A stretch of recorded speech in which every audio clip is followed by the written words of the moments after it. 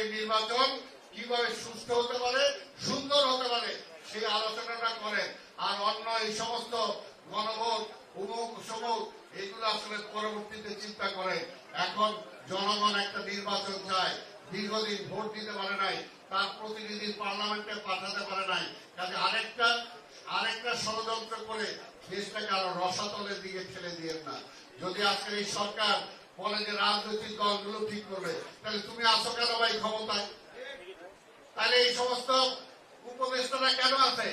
তারা যদি এই সমস্ত সমাধান করতে না পারে, দীর্ঘ 9 মাস আলোচনা হয়েছে, এখন আবার ব্যাক টু প্যাভিলিয়ন বলে যে রাজনৈতিক দলগুলো ঠিক করতে হবে। তাহলে আপনার কামটা কি? আপনার কামটা কি? এই জন্য বলবো যে অবশ্যই বিএনপি কখনো আলোচনার ব্যাপারে কখনো বিএনপি অনীহা প্রকাশ করে নাই। কিন্তু আমরা চাই যে আজকে যে পর্যন্ত আলোচনা হয়েছে, যতটুকু সিদ্ধান্ত হয়েছে, সেই সিদ্ধান্তের আলোকে এখন আর নতুন কোনো ফর্মুলা নাই, এখন নির্বাচনে যেতে হবে।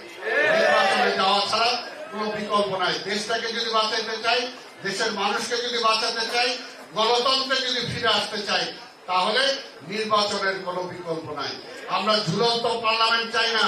ওই পিআর সিস্টেম দিয়ে জামাত একটা ঝুলন্ত পার্লামেন্ট করতে চায়, যাতে প্রতিবেশী রাষ্ট্র সহযোগিতা পায়। কিন্তু ওই ঝুলন্ত পার্লামেন্ট দিয়ে হবে না।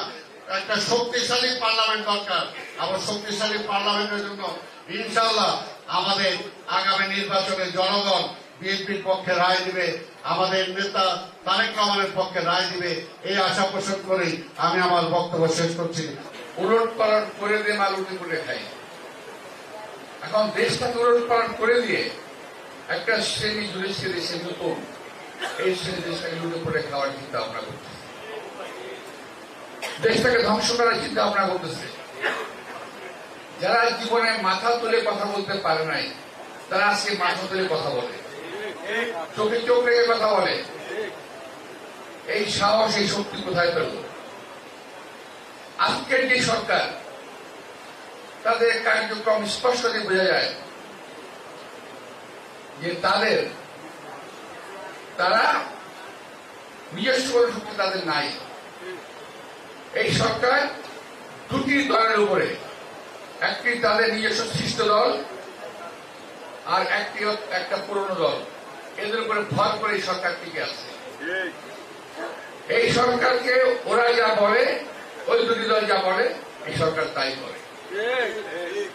সর্বশেষ প্রমাণ হলো একটা প্রতীক নিয়ে, নির্বাচনের প্রতীক। আমি প্রমাণ করে দিলাম আপনাদের। ওরা যা বলবে সেটাই করতে হবে। এরা কারা? এরা কোথা থেকে এলো? এদের জনভিত্তি কি? এদের কোন ভিত্তি আছে বাংলাদেশে কোথাও? একটা নির্বাচন দিলে পরে বুঝে যেত কে কটা ভোট পায়।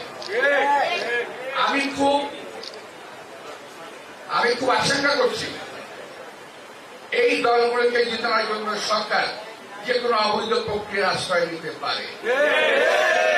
যেটা বিগত সরকার করেছিল, যেটা আওয়ামী লীগ সরকার করেছিল, রাতের ভোট দিনের ভোট রাতে, ঠিক এই সরকারও সম্ভবত এরকম কোনো কাজ করে ফেলবে। নইলে এই সমস্ত অনাকাঙ্ক্ষিত লোকজন, এই দেশের জনগণ যাদেরকে প্রয়োজনীয় মনে করে না, তারা আজকে লম্বা লম্বা কথা কিভাবে বলে আমি বুঝতে পারি না।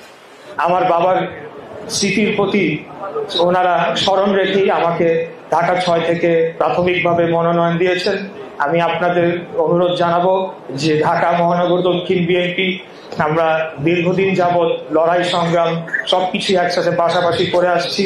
দল যাকেই মনোনয়ন দেখ বা না দেখ, আমরা ইনশাল্লাহ ধানের শীষের প্রার্থীদের বিজয়ী করার জন্য ঢাকা মহানগর দক্ষিণ বিএনপির পক্ষ থেকে সর্বোচ্চ ধরনের প্রচারণা এবং নির্বাচনের অন্যান্য যে ধরনের প্রস্তুতি প্রয়োজন সেটি আমরা করবো ইনশাল্লাহ।